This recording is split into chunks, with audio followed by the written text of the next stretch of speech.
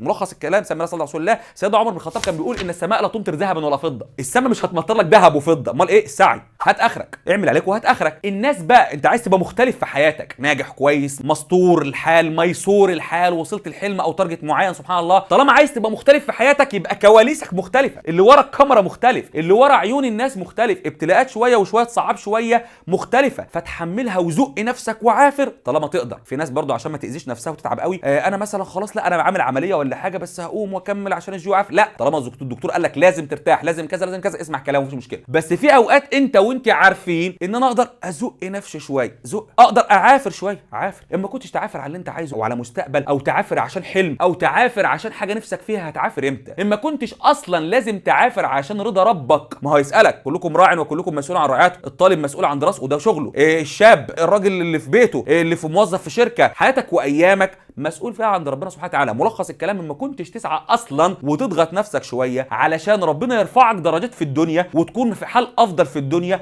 ويرفعك درجات في الاخره، لان ده في ميزان حسناتك.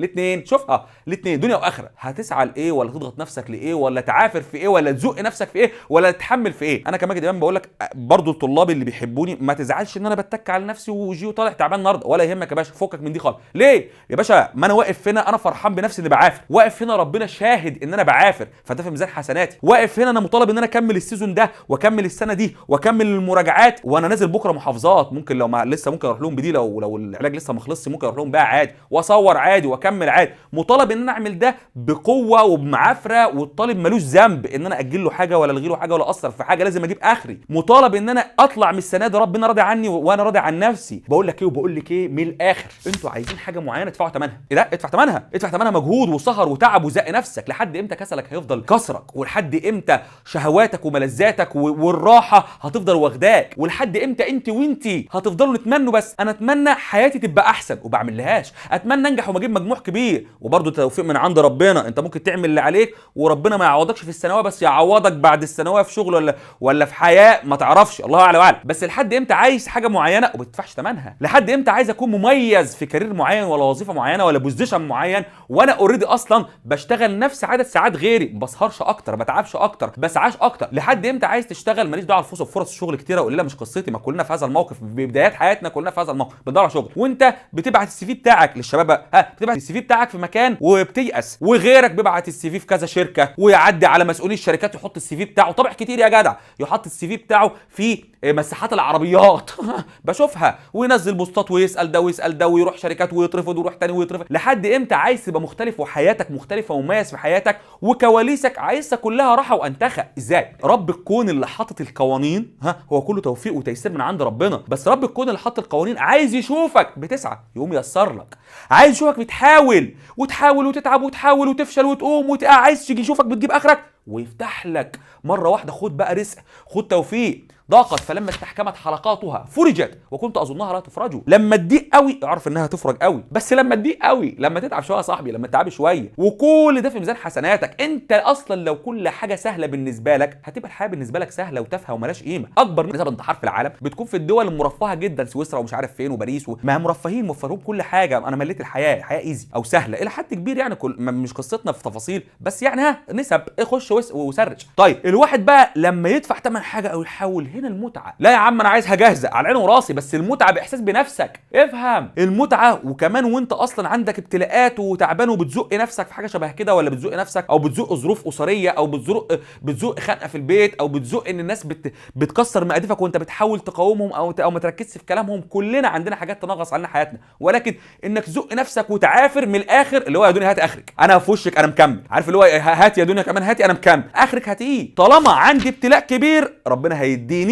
قدره ان انا اعديه. ما هو رب الابتلاء هو رب القدره، هو رب القوه، هو رب الطاقه، هو رب الرزق، هو رب الفرج، هو اللطيف، هو الكريم، هو الجبار يجبر الخواطر، هو صاحب العوض، هو السميع البصير، هو اقرب اليك من حبل الوريد. زي ما في ابتلاءات في رب، لشايف وشاهد. وربنا سبحانه وتعالى هيعمل ايه بشقائك وتعبك وابتلاءاتك؟ لا ينفعه عبادتك ولا يضر معصيتك ولا تنفعه شقائك وابتلاءك، يبقى هو بس عايز يشوفك هتصبر ولا تشكر، فيقوم يديك دنيا واخره. اجمد وكمل في اي مرحله من العمريه، انت ولا هي. النجاح والله طعمه حلو، المعافره طعمها حلو. واوعى لما تقع ولا تنكسر ولا تفشل في حاجه تقول ما حاولت وفشلت. انت فشلت لما ما حاولتش، حاولت وفشلت ووقعت وقمت، انت كده ناجح. ما انا في حاجات كتير وغيري واي حد في اي كارير يقع ويقوم ويكمل ويقوم ويكمل، ده نجاح. انك تغلط في وتفشل في مواقف وترجع تتعلم منها تاني، ده نجاح. لكن اصلا الفشل الحقيقي ان ما حاولش، الفشل الحقيقي ان ما عافرش، مش النتيجه. انت مسؤول عن السعي زي ما قلت قبل كده، مش مسؤول عن النتيجه. فانت اسمك فشلت لو انت ما حاولتش، بس دي كل القصه. المهم يا رب تكون وجهه نظري وصلت، ويا رب تكون الناس استفادت بحاجه بجد، لان ده واقع. بس الناس بتستسهل، الناس بتستبسط، الناس مش عايز تدفع ثمن اي حاجه. بس الحياه متقلبه، والحياه في كل واحد فينا كواليس مختلفه عن التاني، ورا الستاره حاجات كتير كلنا ما بنشوفهاش عن بعض. احنا بنشوفش غير كويس بس، لاننا احنا اصلا ورا الستاره بنعافر كتير عشان نطلع احسن ما عندنا. انت وانا وكلنا، مش شرط تكون في بوزيشن معين ولا في شغلانه معينه ولا في حياتك العاديه، اي حد عادي عنده ابتلاءات بقدر، لان ربنا سبحانه وتعالى خلق الابتلاءات عشان يشوف. هو الذي خلق الموت والحياه ليبلوكم احسن عملا، شوف مين هيصبر ومين يشكر. وخلق برضو النعم والفضل والعوض والله موجود، والكرم والله موجود، والفرج والله موجود، كل ده موجود. بس انت قدمت ايه عشان تاخد ايه؟ ان لا نضيع اجر من احسن عملا. هقولها وافضل اقولها، كتاب ربنا سبحانه وتعالى كلام المولى عز وجل، ووعد الله حق وصدق الله العظيم فعلا. ان لا نضيع اجر من احسن عملا، لا نضيع اجرا. مين يا رب؟ من احسن عمل، من اتقن العمل. مين يا رب؟ اللي حاول ويعافر. مين يا رب؟ اللي صبر.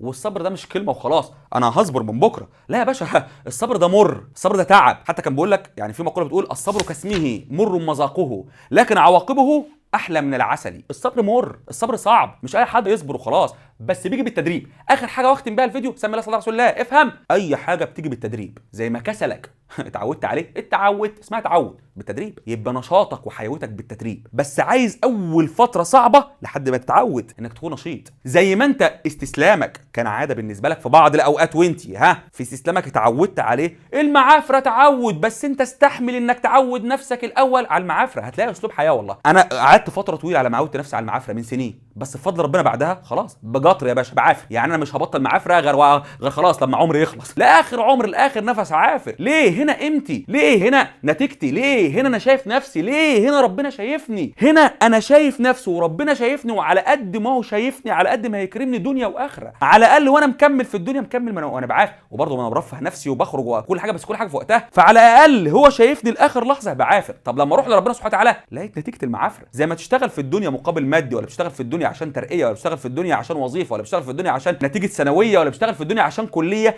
ده حصيله تعبك في ده. الاخره برضه الجنه عايزه حصيله تعب، وعايزه حصيله عباده، وعايزه حصيله حسنات، وعايزه حصيله صبر على الابتلاءات، وعايزه حصيله وقوه علشان توصل لدرجات هناك برضه. زي ما من الاخر كل حاجه في الدنيا لها مقابل، الجنه ليها مقابل. وسعيك واجتهادك ومعافرتك وابتلاءاتك دول لو انت حولت نيتك انهم لله عليهم حسنات من ضمن العباده. واسال لو انت شكرت وصبرت وكنت راضي وعافرت وكملت، حسنات. واسال ربنا يقويكم ويرضيكم ويرضيكم، ربنا يسر اموركم ويسعد قلوبكم، احلامكم وفرج همومكم، ويرزقكم الرشد والرشاد. امين امين يا رب العالمين. اخر حاجه هقولها لك، عافر حلمك يستاهل، عافر رضا ربك عنك يستاهل، ورضاك عن نفسك يستاهل، ورضا اهلك عنك يستاهل. واخر حاجه، عيط وانت بتشتغل بجد، هاشتاج جديد، عيط وانت بتشتغل.